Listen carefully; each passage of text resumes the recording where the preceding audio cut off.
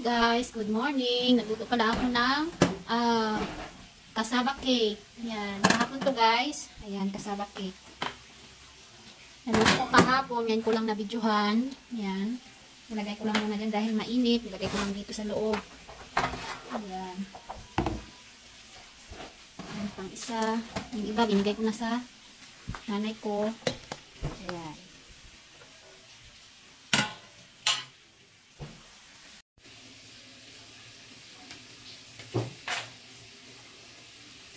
Hello! Hi! Good morning!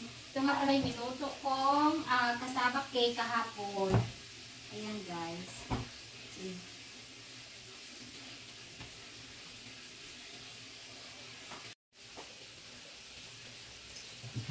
Hello guys! Good morning sa lahat! Good morning! Today is Tuesday.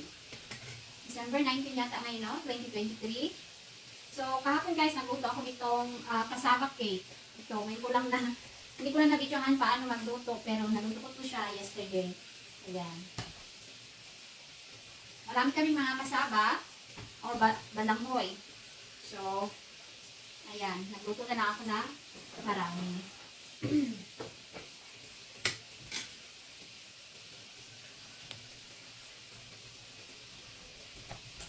Ang ingredients dito guys is ano lang, yung gata ng nyog. And then, condensed milk, evaporated milk, and then sugar. Ayan. Nalamig na siya kasi yesterday, gabi ko na ito siya naluto. Natapos ako mga 10 o'clock. Hindi ko na nabidyohan. Ayan. Dami kasi akong naluto guys.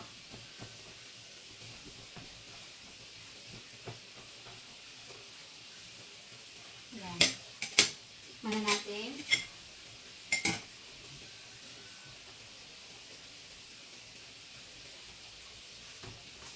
Masarap ng merienda guys. Umaga pa ngayon, no? So late na akong nag-breakfast. 10 o'clock na ngayon.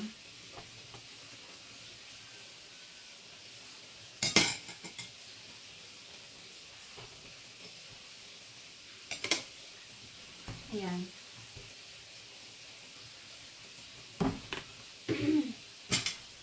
Tikman natin guys. So masarap ito i-partner sa kape. Thank you for watching guys. Please don't forget to support my small channel. Subscribe naman kayo guys. So, ito yung niluto ko kahapon. Cassava cake. Ayan. Sarap.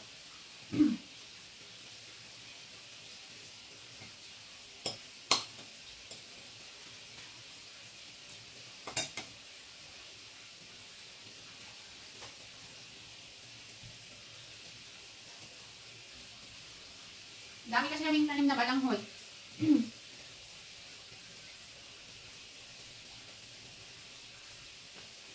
Sa farm kasi kami nakatira guys. Oy. Dati sa ano kami nakatira, sa city. Then nung nag-pandemic, lumipat na lang kami dito sa farm. Dito sa South Cotabato. Dati sa Davao City kami. Then lumipat kami dito sa Tupi, South Cotabato. Malapit sa Jensan and Coronadal City. Okay na yung nakatira tayo sa ano guys, parang peaceful siya sa ano yung ganda kasi dito, peaceful. Yung fresh lahat ng kinakain mo. Malapit kami sa bundok. Mount Matupong. Parang makatipid ka rin dito guys, yung walang makatipid ka sa AC, sa aircon.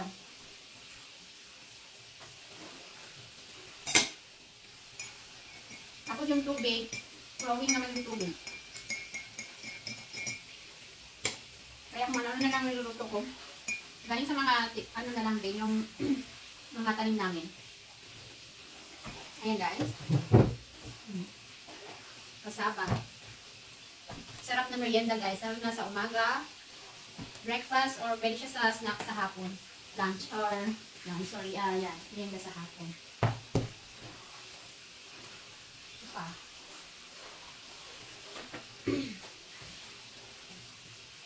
So, ayan guys.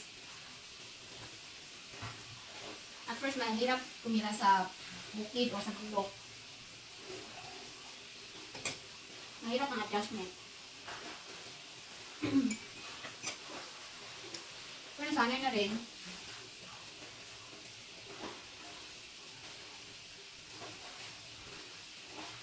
O, years na kami nakatira dito guys. Hindi pa tapos yung bahay namin. So, okay lang.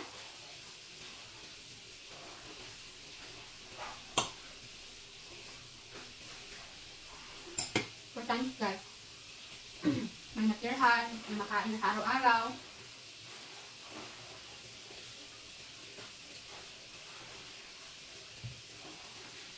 Parang nakontento na rin kami dito.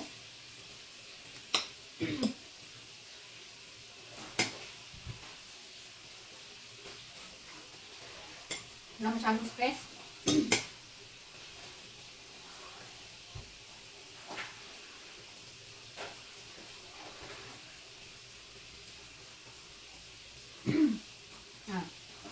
Ang sarap. Parang gusto kong ubusin lahat. Ang dami ko niluluto guys. Marami kasing kasaba yung balanghoy na mga 2 hectares kasi dito na lupa. Pero slope area kasi siya pero pinapatag namin. Kaya nagtanim tayo ng mga gulay. More on farming na kami ngayon. Mga dating nag-opisina, ngayon magbubukid na. Just imagine yung trabaho namin ng mga yung asawa ko sa construction, nag-design ng mga buildings, tulay, for 14 years. Grabe. Tapos ako, sa bangko, ang tagal. Tapos nauwi lang dito. Pero okay lang, parang nasatisfy na kami sa ganitong buhay. Yung nagtatrabaho sa ibang bansa na ilang taon. And then, ganito na yung buhay ngayon. Parang grabe yung iyak mo, at saka ano ba, parang back to zero siya. Kasi during pandemic, wala na. Tagilid na talaga. Tapos na, kung hindi ko nakasanayin trabaho, in-embrace mo na lang. Iyakap mo na lang yung mga trabaho na hindi mo na wala kang experience. Ano lang, pray lang tayo guys. Pray and then iwala lang sa kay God na everything will be okay. Ganun naman talaga, mayroong ups and downs yung tao.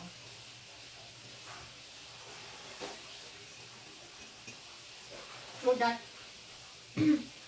meron tayong lesson na nag-learn. Marami ding minsan langaw. Dahil may poultry kami, may kunti kaming quail farm. Yung sa farming, hindi mo na experience. Magalakan ng mga pugo, quails, manok, pabo, tapos mga dogs. May golden retriever kami, may Shih Tzu puppies. Mother Shih Tzus, mga adult.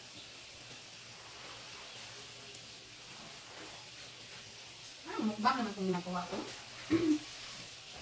Ang dami kong nakain. Ang sarap kasi. Masarap siya dahil maraming gata. Alam mo yung first press na gata? Unang pigang gata. Ito yung nilagay ko sa taas niya guys. Kaya medyo parang creamy siya.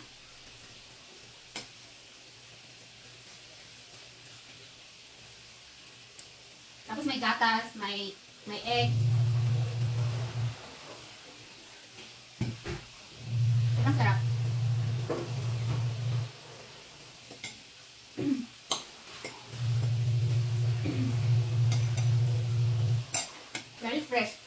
kinakain.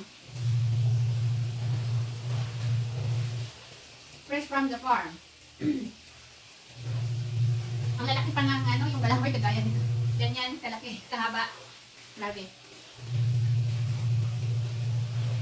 Mas malaki pa sa ano ko, braso. Hindi ko lang napakita. Ito lang next time. Ako na mag-harvest ng mga balanghoy. Yung husband kasi ang nag-harvest nito. Ako lang hugas, lahat. Tinanggalan ng balat. Tapos linayat.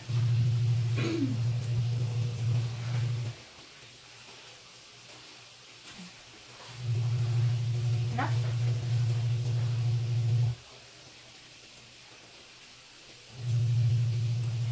Ito guys.